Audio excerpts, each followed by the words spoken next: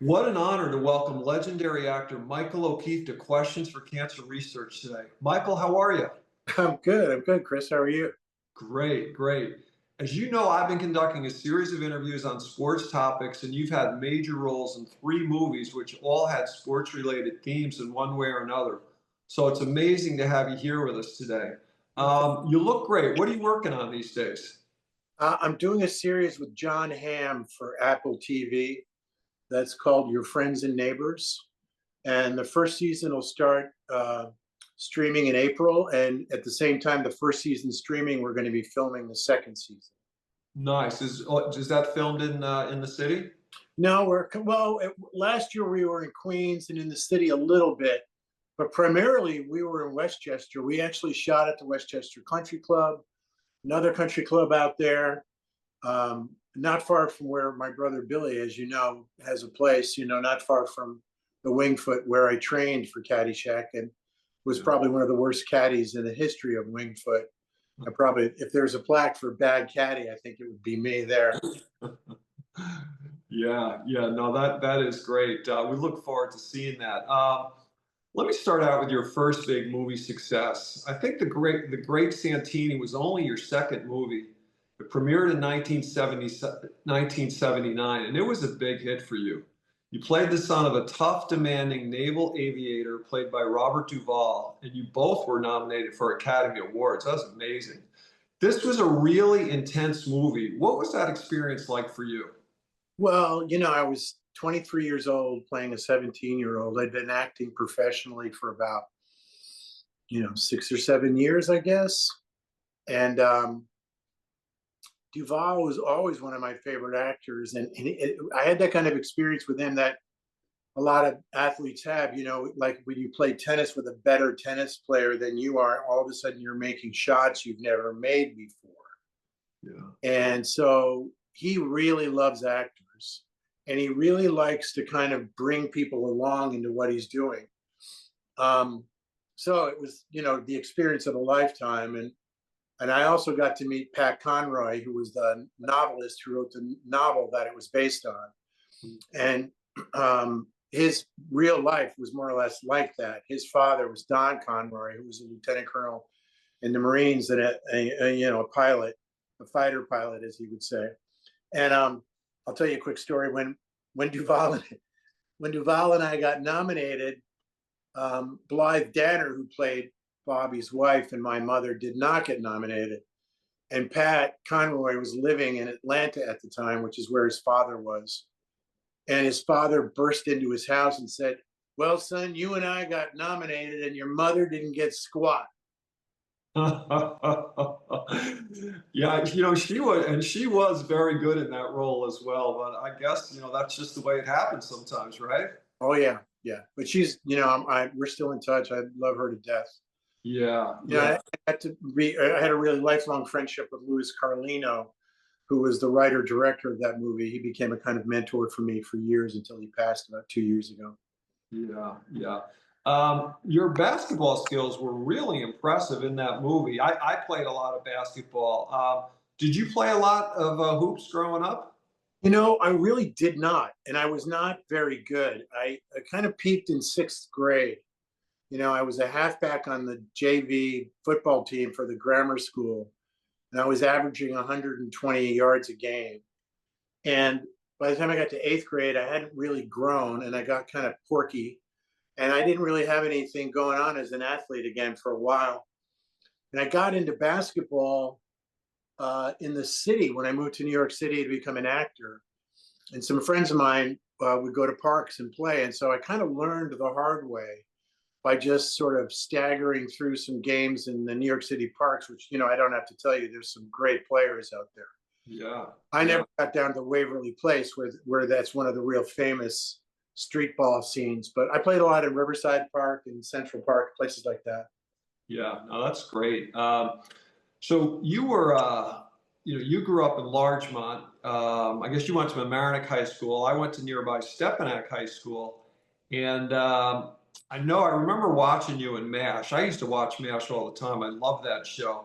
And Alan Alda was a graduate of Stepanak. So when you were on the set there, did you guys kind of connect over your local roots? You know, that's funny. You know, I did my freshman year at Iona, so that's not so different from Stepanak. Yeah.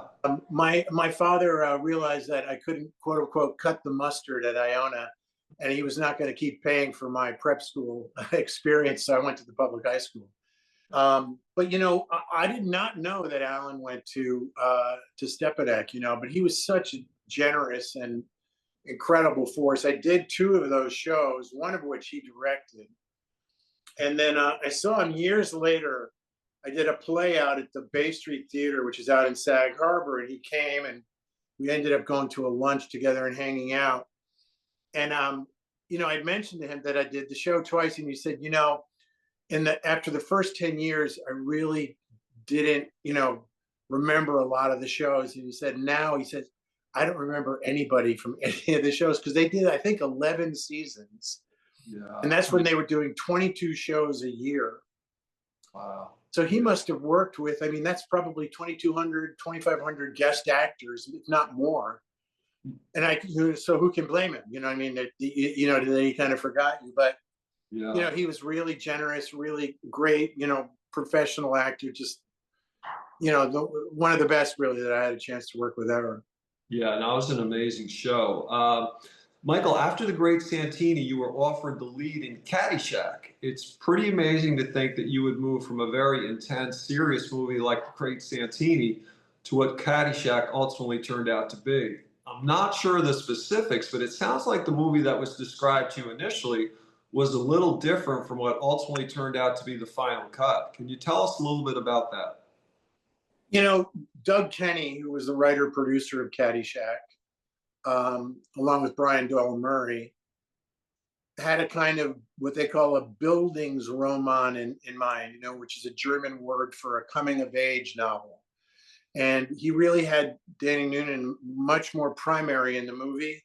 And it was much more about his experience of getting out of the town and connecting, you know, with Maggie and moving on to college and whatever. But very, very early on in the filming, Harold Ramis, who was directing, and Doug and Brian all realized that they had a kind of modern day Marx Brothers in Rodney Dangerfield, Ted Knight, Bill Murray, and Chevy Chase. And so they kind of ran with it. And I'd say a good 50% of what's on camera is all improvised. All of Bill's stuff is improvised. A lot of Chevy stuff is improvised. Rodney, a lot of improvisation. And Ted kept up. You know, if anybody went, you know, off script and sort of created something that, you know, worked for everybody on the set, Ted would keep up and throw his own stuff in. So, and I was happy to do it because frankly, at the time, you know, I was young and I didn't have that much experience. And, you know, doing comedy looks easy, but it's actually in a way kind of harder. Sometimes the hardest thing, you know, that actors have to do is to be spontaneous and funny. And I kind of realized that I should let Bill and Chevy and Ted and Rodney take over because they were funnier than me and more experienced than me. And frankly, better than me in the movie, you know, better at that thing, that whatever we were doing in that movie, which is still a mystery to me. I had no idea what we were doing, but somehow people still remember the movie. But I kind of just grabbed onto their coattails, you know what I mean, and just kind of ran with it. And you know, it became the movie that we all know and love now, and you know, and I'm really, really happy to have been a part of it. Yeah, yeah. So you grew up in Larchmont, New York, Michael, and I know that, as you said, you know, you did some caddying at nearby Wingfoot Golf Club with your brother Billy. And you know, Billy told me that you guys, you know, played golf occasionally. He probably played a little bit more than you did. So when you signed on to Caddyshack, were you advised to brush up on your golf game by the studio, or did you take that initiative yourself? Well, frankly, I lied to the studio when they interviewed me about my golf game, and I assured them that I was a scratch golfer when they were auditioning me. And you know, and then I got the part, and I was like, "Man, I better get this together right now because I suck." And I went up to the Wingfoot, and Tom Neaporti was the pro, and his son Joe worked with me every day for 6 weeks, and there was an assistant pro there, Dave Schultz, who worked with me as well. And then when I got down to Florida, I trained with one of the Toschi brothers. Okay, yeah. And, you know, we just got that kind of reverse C curve that was popular back in the day. I was trying to get that kind of thing that Nicholas did or Johnny Miller did, you know, with those really high finishes, you know, and that real kind of like arch to the back that they finished with. Yeah. You know, unfortunately, I hit a couple of decent shots. I made a decent sand shot. The sand shot that I hit in the movie almost went in. So I don't know how that happened. Huh. But I just got, you know, lucky with, you know, I'm fairly athletic. And so I got lucky with the prep. But, you know, the thing is, like, if you'd have taken me out for a round, you know, then you would have seen the, you know, the wheels fall off the cart. But Yeah. because I Yeah. could kind of concentrate on whatever I had to do in the moment, I was able to get off some good shots and a good putt or two. Yeah, well, I did speak with Joe Neaporti recently, and he said you were grinding. He said, you know, you had lessons with him, you had lessons with your dad, as his dad as well. He said, but he said, Chris, there were days when Michael left the range, and he said literally there were blisters and there was blood coming out of his hands. He said you worked really hard at it. You know, I'm glad to hear him say that. I remember his dad said something to me along those lines, you know, and I get moved when I think about it, you know, because it's, you know, it's harder than you think, you know. So, but and I also, I mean, I would go out, even if it was raining, I would go out and hit in the rain, and you know, it was great. You know, I learned a lot. Yeah, yeah. Do you play any golf at all these days? Yeah, you know, I have a 12-year-old son, and I can't get him into it. And I don't have to tell you, if you're going to golf, you got to put in about 20 hours a week on the range just to enjoy yourself out there. Otherwise, it falls apart. So I kind of haven't really played a lot. I had a long string. I was single for a while. I met my wife, Emily, when I was 55, and I had been single, geez, for a good 20 years before that. And so at a certain point, there's a guy in LA named Steve DeMarco who does these golf tournaments that are fundraisers for different charities. And he got in touch with me because of the Caddyshack credit. And it's one of the easiest experiences I ever had about, you know, showing up for people and raising money for a worthy cause. Because, you know, I would get to go play Riviera or someplace like that, or Lakewood out in Burbank. And these great courses, and you know, they play shotgun, so that was really not that hard, you know, and 5 or 6 people on your side, and everybody just plays the best ball. And you know, we would have a lot of fun, and I got back into it then, and then I got kind of serious about it. And I had a great teacher up at one of the clubs in Mountain Gate up in LA, and I got to the point where I could shoot like mid 80s, low 80s. Good. And then I kind of you know, I dropped the ball again, and I really haven't picked it up since. So I think it would pretty much be a disaster if I went out there anytime now. Yeah, yeah. Listen, you can always go back to it. You have that swing, and it is funny how you mentioned. You know, you definitely had that reverse C down. You know, which was very prominent at the time, but that reverse C ruined a lot of backs. Oh yeah, You know, and you don't see that too often. It looks good, but oh my God, is that punishing on the back? yeah. You know, people don't know like how hard putting is on your back. You Yeah. know, how many people get thrown out, you know, or get disc problems because you're stooped over all the time, which is why I guess they got one of those, you know, why those high putters became kind of popular with some players.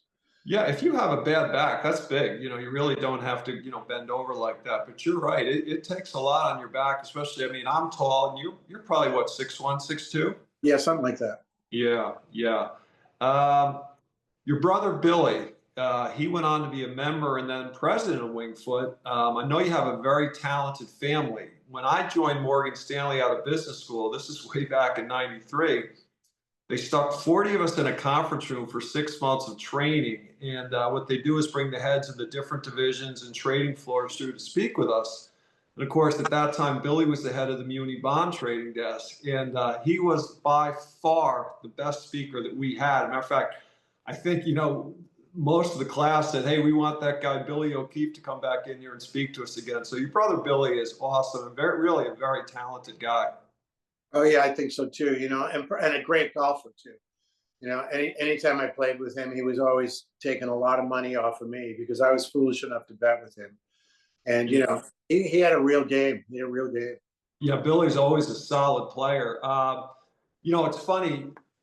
talking about your caddy experience at Wingfoot, and me and my brothers, we caddied a ton. And what's funny is, so I'm 6'8", so as a young kid, I was big, and I had another very good friend of mine who was a big kid, Timmy O'Toole, who's a very successful college basketball coach. But Timmy and I showed up at the local caddy yard in White Plains when we were 10 years old. And I think the age then was 14 to caddy. And, we didn't want to push it too much. We said, yeah, we're 13. We want to caddy. And, caddy and I said, all right, get in the back of the shack and wait, So as you know, you'd spend a lot of time waiting in caddy shacks. But I mean, what an amazing experience for 10-year-olds, as you can imagine, right? Sitting back there and hearing some of those stories and a lot of colorful characters. But I mean, you did it for 2 years, and I mean, you see some really funny things in Caddyshack. So I'm sure you can identify with that.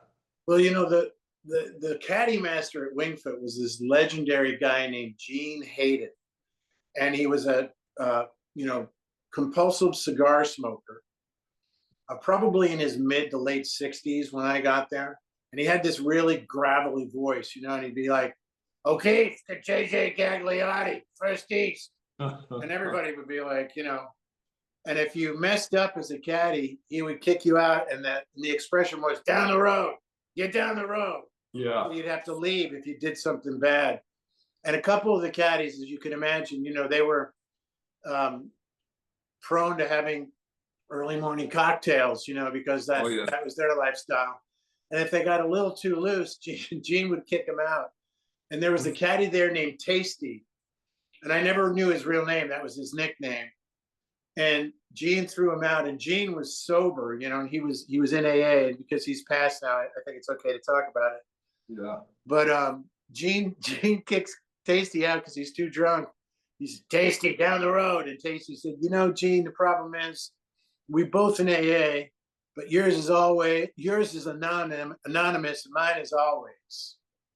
That's a great line. I did caddy a little bit as a young kid over there for Gene, and then I came back in college and spent a couple summers caddying for the legendary Pat Collins. So I mean, they had a great history over there of caddying. Oh yeah. And, Pat is actually there's a Caddy Master Hall of Fame, and Pat's in there. He was amazing. But it's funny. I remember back when I was first starting out, and the rates probably weren't too different when you were there. But I think it was for 9 holes, it was $4. For 18 holes, it was $8. Do you happen to know what they pay today? No, I have no idea. But I think we got more at Wingfoot. I think I was getting like 12 or 14 for 18.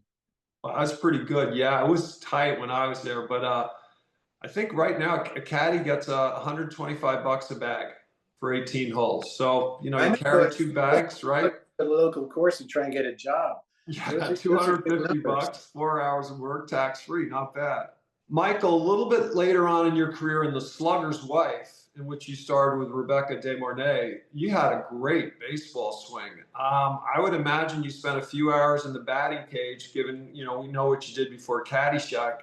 Did you have any formal instruction from any players or coaches? I did. There's a coach from, his name is Keith Bodie.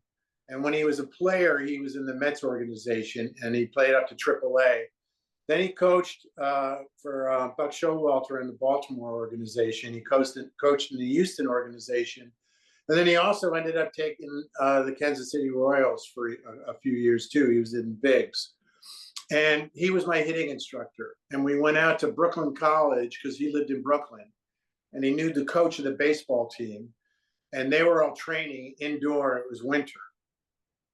And so 5 days a week, I just went out and hit balls with him. And he really schooled me. And I guess the biggest influence on the way we talked about it and thought about it was Ted Williams' book about hitting. And I learned that theory of stepping to hit and, getting the barrel head of the bat way out in front. And I got lucky, and I was able to clear the yard at Fulton County Stadium once or twice when I was down there. I got to hit off all these amazing pitchers. I hit off of Raleigh, Eastwick, Al Raboski. But my favorite story about hitting was I went to spring training with the Braves because I was playing in Atlanta Brave.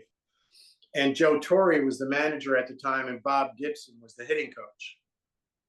And as you know, Gibson was a legendary, sort of fierce, not quite demonic, but really intense force on the mound. And I grunted a little bit when I hit. You know, I would, you know, and he's throwing BP, and he says, "Hey, boy, don't grunt at me." And I was like, you know, I kind of looked at him like, you know, go fuck yourself, Bob. And I, you know, I didn't say anything. And he decided to test my metal, and so he kind of lobbed one at my head to see what I would do. It didn't really have any heat on it or anything, but he wanted to see if I was going to duck out and, you know, call my mom, I think, you know. Yeah. So I caught it with my left hand and I threw it down. And then I said, "Come on, old man, bring it." You know, and I put the bat, and all the players are like, "Oh, this is going to be bad. Oh, no." So That's pretty good. it was fun, man. It was really, really fun. You know, that was one of the best things, and not the best thing about being a part of that movie was going to spring with the Braves at that point. Yeah, you know, it's funny you said that because I remember some of the hits and your swing, and I was thinking, I'm sure some of those actually are going out of the over the fence. So you did hit a few out. I cleared the yard at Fulton County. I could pull to left pretty good. You know, I could turn my hips and get one out. But you know, I mean, if I had ever faced a real pitcher, they'd have just blown right by me. Yeah. You know, those guys were serving it up. You know, the guys that I was hitting off, nobody was trying to strike me out. Right, right. We were making a movie. But Yeah. if anybody really threw at me, you know, I didn't have that skill. I remember there was a kid named Glenn Carpenter, who was a friend of Keith's, who was one of his players that Keith had coached. And he was in Brooklyn at the time. And I think he was like in an off season. He was still in a minor league team, like in an organization. I think he was delivering flowers, like his family had a flower business or something. And he used to drive this flower truck over to Brooklyn College. And he came out, and, you know, we would video the hitting in the cage so I could see it. He could talk to me about what I was doing. And so he videoed me, and then he put Carpy in there, and he started hitting. And I was like, man, he was so much stronger and so much faster and so much, you know, so much more pro than me. And I was like, "Keith, I got to get that good." And he was like, "You're never going to get that good." You know, those guys are at another level. They're like pro golfers. You know, the guys on the tour. Was there 150 guys on the PGA Tour? I mean, those guys are like superhuman with what they can do with a golf ball. And the same with these guys that can get, even the minor league players. They're all amazing athletes. So I was humbled by all that, and grateful to have the opportunity to hang around those guys, you know, and be a part of it for a minute. Yeah, it's amazing how the pros are just at another level, right? You see good amateurs, but you know, no matter what sport it is, those guys are at such a high level. It's really amazing. Oh, totally. Michael, you arrived in Florida as the lead character for a movie that included Chevy Chase, Bill Murray, Ted Knight, and Rodney Dangerfield, who was kind of coming of age at that point, and I guess that was his first movie. What was it like for you? Were you brimming with confidence after having worked so well with legendary actor Robert Duvall, or a bit nervous and maybe a little intimidating for you to show up there? Probably all of the above. You know, I was fairly cocky, but I also, like I mentioned before, I very quickly picked up that Ted and Rodney and Billy and Chevy were just on another level. And I didn't really try to compete with them because there would have been no point. But like Rodney was my father's favorite comedian, and I watched every appearance that he ever made, like on Ed Sullivan, you know. And the first day I showed up, I smiled, and I had these kind of recessed teeth, you know. It was before I had my teeth done, and he was like, "Oh, kid, your teeth are terrible. My nephew's a dentist. You got to let me hook you up." And I was like, you know, we were just about to go on camera. I was like, "Rodney, why would you say something to somebody like that when we're just about to go do a scene together? Now you have me thinking about my teeth." He was like, "Yeah, Florida, huh? It's like a sauna with nets." Oh man, I mean, it must have just been such an amazing experience for you. Oh, But yeah, I mean, you were still, I mean, that was probably only, you know, what, your third movie at that point. I mean, that was another level right there, right? That you were being exposed to. Oh, totally. And it was a really just a nonstop kind of party 24/7 while we were there. Watching Bill do his improv was really extraordinary. watching Chevy do his thing, and Ted as well. I'd always been a huge fan of Ted's from the Mary Tyler Moore Show. Yeah. And Chevy I had seen in National Lampoon had a stage show called Lemmings, which was a takeoff on Woodstock. And they had all these great comic actors like Chevy, Chris Guest, Belushi, a couple of other ones. I can't remember their Alice Playton. Alice Playton did this great Mick Jagger.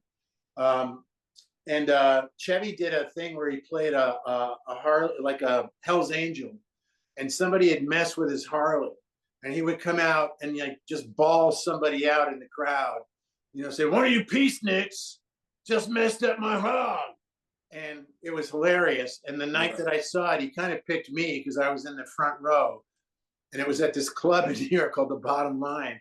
So I'd already gotten like a full frontal thing of him, and had a very distinct memory of that. So when I got there, it was just, I was just thrilled to be a part of it. Yeah, I can imagine. So Caddyshack was filmed at Rolling Hills Country Club in Davie, Florida, about 10 to 15 minutes outside of Fort Lauderdale. And amazingly, back in 1979, the club had an adjoining motel on the property, which was where all the actors and crew stayed for, I guess, a couple of months. That in itself is pretty amazing to me. Unless the movie is filming in a remote location, I would think it's very unusual to have a bunch of high-level actors thrown in together at a simple motel with no agents, no managers or handlers. How unique of a situation was that? And I assume a setup like that would probably never happen today. Pretty much. I mean, sometimes, you do tend to stay in the same place that many of the other actors are at. But the difference with Caddyshack is that I don't know, it was just the vibe at the time. It was in the 70s, and there was just this kind of rolling party every night after filming that would be in someone's room or someone else's room, and you'd go to somebody's place to hang out or go to a club to hang out and then come back. And then we would go out and steal the golf carts, from the Caddyshack and spin donuts on the fairway or something, or crash them into a sand trap.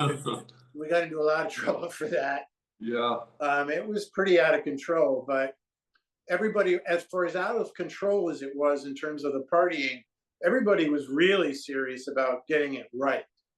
Yeah. And, there's a lot of stories about us partying all the time, but, Doug Kenny, Harold Ramis, Chevy, Brian Doyle Murray, Billy, all those guys, Ted especially, they were really, really pro, and they really wanted it to work, and they worked their asses off to make sure it did. Yeah, I mean, the partying, I guess, on the set is pretty legendary. And you can imagine a setup like that where everybody was just kind of right there every night. And I did see a quote from Harold Ramis where he said, "People had so much fun on that movie, it kind of spoiled me, because I thought, if this is what filmmaking is like, this is great." It was like having a party every day with all these great talented people, and someone else is paying for it. But what's amazing to me is, so you would have gone from a set with Robert Duvall, and I don't know what it was like off camera, but that was a very serious, intense movie. And here you were all of a sudden in the midst of Animal House on a golf course. I mean, what an amazing transition. Yeah, a lot of my friends were like, "Why are you doing this golf movie? You just got nominated and you just did this serious movie with Duvall." And my way of thinking, I was like, well, because I want to do different types of movies. I want to do different types of things.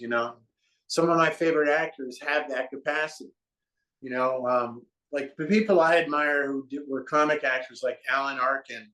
Alan's son, Adam Arkin, who's a really fine director and producer and an actor in his own right. He and I were roommates back in the 70s when we started out. And he talked about his dad one time to me, and he said, I was trying to pick his brain about why his dad was such a great comic actor. And he said, "My dad knows how to play comedy with dramatic stakes. And as a dramatic actor, you're always talking about the stakes. What's at stake? What's at stake here? What's on the line?" And somehow Alan Arkin had the capacity to do that and bring that kind of serious sort of background work into his comic skills. And, if you go and look at his performances in Catch-22, any of the, and then later what's that movie that he did? He won the Oscar for. I can't remember the name. It's Steve Carell's in it. He played a grandfather who's a junkie who overdoses. But you know, he had this capacity, and so actors like that always kind of inspired me. You know, I was always trying to like take a page from their book, if you know what I mean. Yeah, yeah, yeah. No, it's and it's funny. One of the things that did come out of that was I guess it was John Murray, one of the Murray brothers, who kind of called that Agolfalypse Now, which seems to be like I a great term. don't know if I've ever heard that, but that's exactly right. I think yeah, that line came out of that documentary. That was a great name right there. So the underlying premise of the Caddyshack story was based on the caddy experiences of the Murray brothers, who grew up caddying at Indian Hill Golf Club near Chicago. Obviously, the cast was not chosen based upon golfing skills, other than you, because you told them you were a scratch.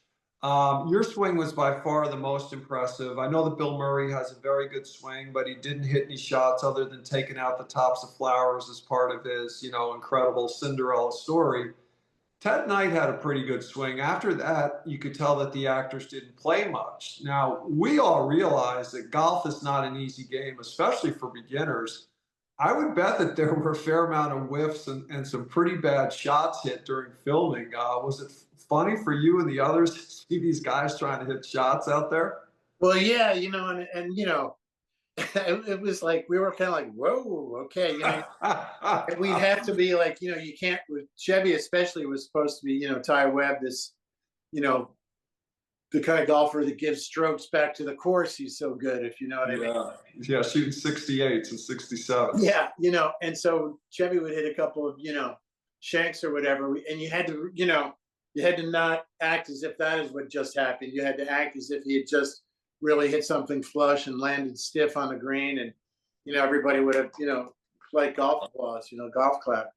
So I mean, that was kind of tricky, but you know, the movie has this kind of energy of its own, and you know, I don't really know that I can describe it except that I know it when I see it, you know, and there's this, you know, way in which people forgave everybody that stuff just because the vibe was so crazy and struck some kind of chord with the audience that they really, you know, apparently really just didn't care, you know, that their swings were really not as good as they should have been, you know. Yeah, listen, I mean, it wasn't like they were supposed to be pro golfers, but it definitely struck me like there must have been some really funny shots hit. And I tell you what, that's true acting, right? Because if some guy just shanked one, that's pretty funny, right? I mean, there's some funny shots, but for you guys to have to pretend like, hey, he just knocked it on the green, he's going to make birdie, that's real acting. Yeah, that's why they pay you the big money, man. Yeah, I get you. Let me ask you about Caddyshack director Harold Ramis, who, by the way, you imitate very well. If you watch him in Stripes and Ghostbusters and see interviews with him, obviously he was immensely talented, but he seemed to be just an incredibly nice and fun person to be around, and I think that came through in his movie roles.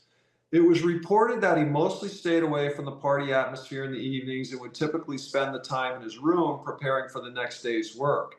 It seems like he was pretty laid back, but this was his first movie directing. Do you think there were many panic moments for him, especially when he knew that the studio was aware that the partying was getting out of control, and one of the main stars of his movie was suddenly a gopher? I mean, did he kind of take it all in stride? I'm sure it was a little tough for him at times. Well, you know, Harold had this capacity. He was one of the most affable, likable, and intelligent people, and he could bring everyone together. And I think it was really him who realized that this combination of Chevy and Bill and Ted and Rodney was unique and was the money, if you know what I mean. And every day he was able to cultivate something and cull something out of what they were offering. And he would say things to Bill like when Bill did the Cinderella story thing, just before they were going to roll, they were trying to figure out what they were going to do. And Harold said, you know, that thing where you're playing basketball and you're pretending like, the shot's coming down, the clock's winding down, and there's 10 seconds left and the championship's on the line. And Bill said, say no more.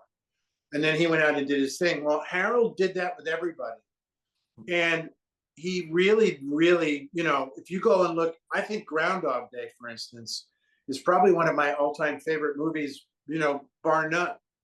And I think it's a very sophisticated look at karma, you know, and how we act in the world, and how you have to keep evolving in the world before you get to kind of move on to the next level, the next evolution of your, you know, personhood. And to have a sophisticated topic like that be as funny as it was, I mean, that tells you how good he is, or how good he was. And so I never saw him panic on Caddyshack at all. He was always really ready, really pro, and really had the best ideas of anybody on the set. He was just, I can't say enough about him. You know, he's really probably the major reason. He and Doug, if you know what I mean, were really the two visionaries on the movie, and everybody else was kind of following their lead. Yeah, yeah. No, he's such a talented person without a doubt. So as we kind of touched on before, you know, you show up in Davie, Florida, expecting to be the star of a movie about caddies and a coming-of-age love story between you and actress Sarah Holcomb, who had played the underage daughter of Mayor Carmine DePasto in Animal House. At some point, you know, the storyline changes away from a love story to one about a young caddy considering his future and a gopher being pursued by a crazed assistant greenskeeper. How does a change like that work on a shooting site? I mean, was that formally announced, or do people just kind of figure things out based on what scenes are being shot? And, you know, how do people react to the changes? You know, it was about 10 days in, and it was clear everything was being changed, and a lot of the stuff that I was in was going to get thrown out. And Scott Columbia came up to me. He was the guy that played Tony D'Annunzio. And he and I had worked together before on a TV show in LA. And he said, "Hey, man, they're cutting all your stuff. You know, you got to go fight for your part." And I said, "You know, I'm not going to do that, because they're right. Because those guys are geniuses. You know, I'm not a genius. You know, I'm okay. I'm good, but I'm not as good as those guys. And I'm no fool. You know, I'm not going to tank this movie so I can have my way, if you know what I mean." Yeah. So it was really easy for me to see what they saw, and to want to roll with that. And you know, that's why we have the movie we have. Yeah, I mean, I guess from what was originally written, you know, there were some changes, but I mean, you were obviously still very, very prominent in the movie. I mean, right? I mean, the one of the leading characters, if not still the leading character. But I guess you know, they definitely cut out a fair amount of stuff and interjected more of Chevy and certainly Bill. Oh yeah. Well, like the whole thing with blowing up the green, you know, they actually wanted to, you know, they talked to the owners of the golf course about that. And they of course were like, you know, no, you can't blow up, you know, a fake green on our golf course. And because it was the 70s, the producers took the owners of the golf course out to lunch and got them hammered, and we blew up the fake green. And the explosion was so big that the pilots landing at the Fort Lauderdale airport reported it, because they thought a plane had crashed on the golf course where they blew up that fake Wow. that big. And I actually got into trouble with Harold when we did that, because, you know, if you remember, I was trying to make the putt that would, you know, win it for me and Rodney in the betting match. And and behind me was the green that was going to explode. And you know, we're only going to do that once. Do you know what I mean? We're not going to rebuild the green and blow it up again. Right. And I was so committed to the putt that when I made the putt, the putt started to roll, and then the explosion happened. And I was so focused on dropping the putt in the hole that I didn't blink. I didn't turn around. I didn't react to the explosion. I just stayed focused on the putt. Like, is it going in? You know, I was staying focused on my line. And afterward, Harold cut. He was so mad. He was so pissed. You didn't turn around. You didn't turn around. You didn't look. You didn't look at the explosion. I was like, I know. I was trying to make the putt. I needed to make the putt, you know. Yeah. I don't ever know if he ever forgave me. Well, you know, based on the reactions I've seen, you know, I don't think anybody expected the explosions to be that big. So I mean, it was pretty amazing that you didn't turn around and say, you know, what the hell's going on back there? Believe me, nobody thought they were going to get that when that thing blew up, and they got it. and that was really heavy. That was, that was serious, serious stuff. Yeah. So I'm curious, when you're standing over that pot, and obviously I guess you're only doing one take of that pot because they got to do the explosion. So were you directed to say, all right, Michael, try and hit a putt that is not going to have a lot of speed to definitely go in? I mean, did they say, hey, Michael, try and hit a putt that, ideally is going to just kind of stay on the lip of the cup? I mean, I tried to lag it up there as close as I could, but it also had to look like it could go in, Yeah. or otherwise it wasn't going to work. So I don't really remember what they said to me at that point. I kind of knew what I had to do and tried to do it. Yeah. Yeah. No, that was great.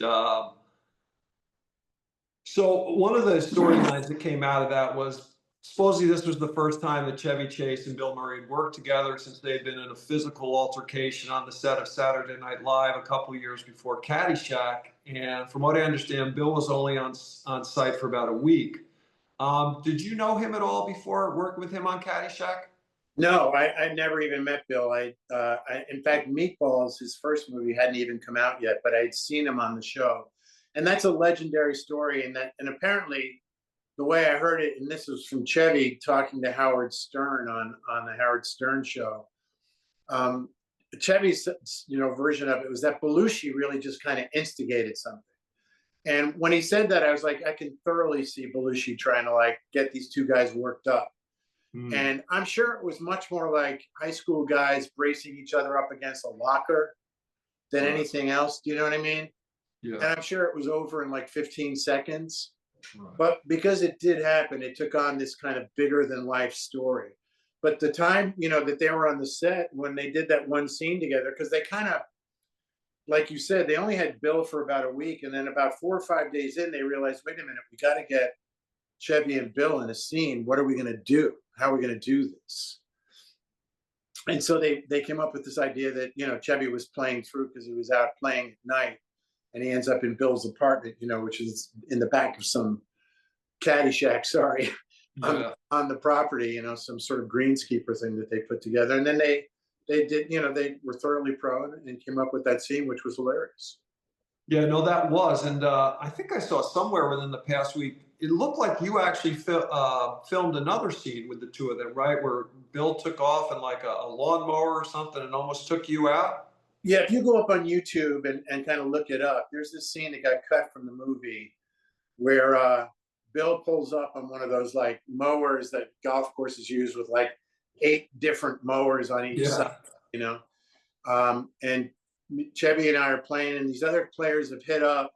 And I think what happens is that Bill grabs a club from Chevy's bag and hits the other player's ball, and then we all realize we're in trouble, and so he jumps on the tractor and drives away, and Chevy and I just start running. But it didn't make it into the final cut for whatever reason.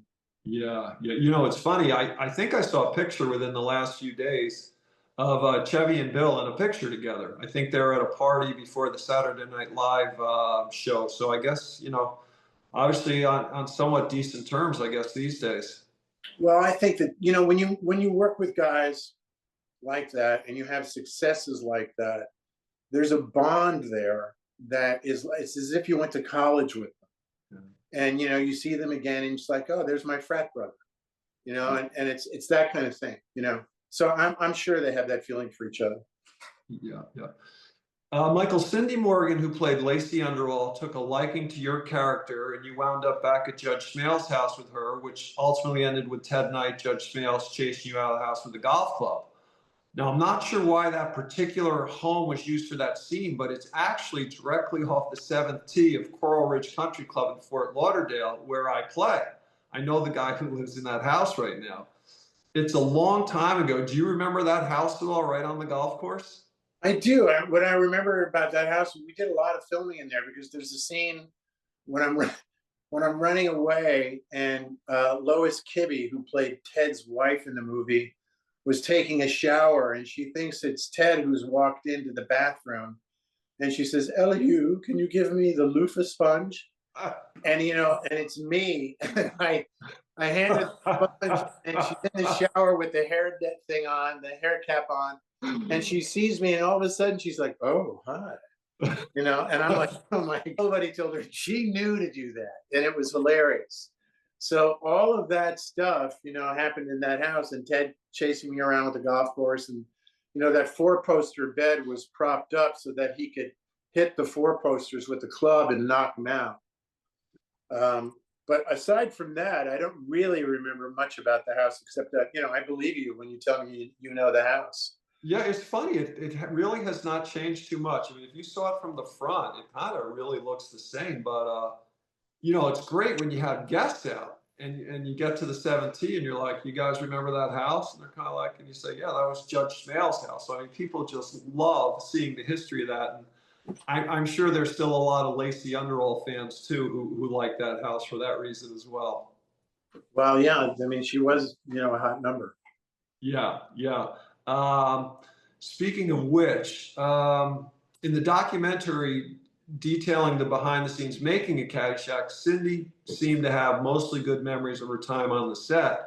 I guess there was a problem at one point when someone had set up a Playboy shoot for her during shooting, which, you know, she ultimately declined. I'm not in the business. I'm not sure how that would work, but Cindy played a pretty legendary role in the movie, and sounds like she was a great sport and enjoyed all the craziness behind the scenes. Is that kind of your feel? Well, yeah, because you know she had to deal with Chevy, and you know he's not a cakewalk. You know he's very intense. He's very funny. He went off script all the time, and she had to kind of like, you know, step it up with him. And I thought she handled herself really well. You know, she was a pro. Yeah, yeah. This movie, I would think most would agree, is by far the best golf movie ever made and is way up there as far as all sports related movies. In the last 40 years, whether in a caddy shack, on a golf course, in a bar, or even in a business meeting, I can't tell you how many times I've heard someone say, you'll get nothing and like it. Somebody step on a duck. So I got that going for me, which is nice. Cinderella story and ending in it's in the hole. I don't think the heavy stuff's going to come down for quite a while. Be the ball and Chevy's amazing noises, which I can't imitate. You know, no, no, no, no, no, no, no, no, no. Don't sell yourself short. You're a tremendous slouch. I should have yelled too. Put me down for a 5.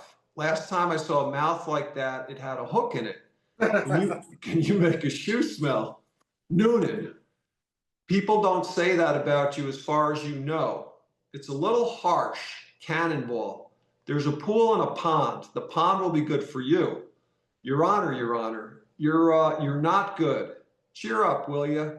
And that's all she wrote. I mean, I have just heard this stuff continually for Oh 40 yeah. plus years. I mean, I'm sure you love some of that stuff. I would think if you're walking down the street and you have people yelling Noonan, that would probably get a little bit old to you. But I mean, aside from that, you know, some of the lines that came out of that movie are just amazing.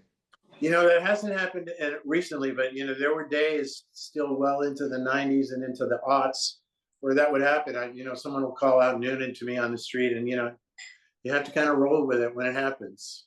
Yeah, you know, it does happen sometimes in the golf tournaments. You know, you get Sunday afternoons when the guys have drank a lot. You might hear somebody yell that out of the crowd. So it lives on very strongly. Michael, one final one for you. In 1980, could you have ever imagined that the scenes being shot at Rolling Hills Golf Club would turn into a cult classic and one of the all-time great movies? Well, no. And you know, when the film first came out, it was not well received. And I said this in the documentary, and I said you should go look at Gene Shalit's review, and they did. They cut to Gene Shalit's review in this doc about the movie, and he panned it, and it kind of got a second life, and there was this momentum that was not after the opening, but somehow the kind of the word of mouth got around, and then what started happening was that the guys that were my age back in the day that loved it, you know, they went on to become parents and have kids. And then when their kids were teenagers, they turned them on to the movie. Yeah. And then that generation, now we're at the point where that generation is having kids and they turn their kids onto the movie. So it has this life of its own. You know, I'm not sure it's the best golf movie ever made, but it's funny. You know, like for me, like when I look at the Golf and Pat and Mike, the Spencer Tracy and Katharine Hepburn movie, I mean, she Mhm. had a great swing. You know, Yeah. she was really, she played well. Or if you look at the caddy and you look at Jerry Lewis's swing, I mean, he was amazing. You know, so there are, I think, many, many great golf moments in those movies. But Caddyshack has this unique place in the American filmmaker's mind, our American filmgoer's mind, and I don't think it'll ever be dethroned from where it is. I think it's just going to stay there in perpetuity. You know? I think it is. And, I guess the timing was so amazing too, to bring in that many stars who, Chevy and Bill were certainly big at that point, and just starting to make some hit movies. But I mean, the ability to really have brought all those stars together in one spot was really special, especially on that location where you guys were all staying together. I mean, just absolutely legendary stuff. Oh yeah. Well, you know, that was the producer's job and the studio's job, and they did it. You know, they made that happen. That was John Peters, Mark Canton, who went on to run Warner Brothers. He was the executive on the movie at the time. You know, those guys really knew how to do what they did, and they were very good at it. And you know, they have a great track record that proves that. Yeah, yeah. Well, listen, we wish you all the best going forward, and hopefully at some point you can get your son out there playing some golf with you. But thank you so much for joining me today on Questions for Cancer Research. We greatly appreciate your time, and wish you and your family all the best. I'm happy to help out, man. Thanks for having me.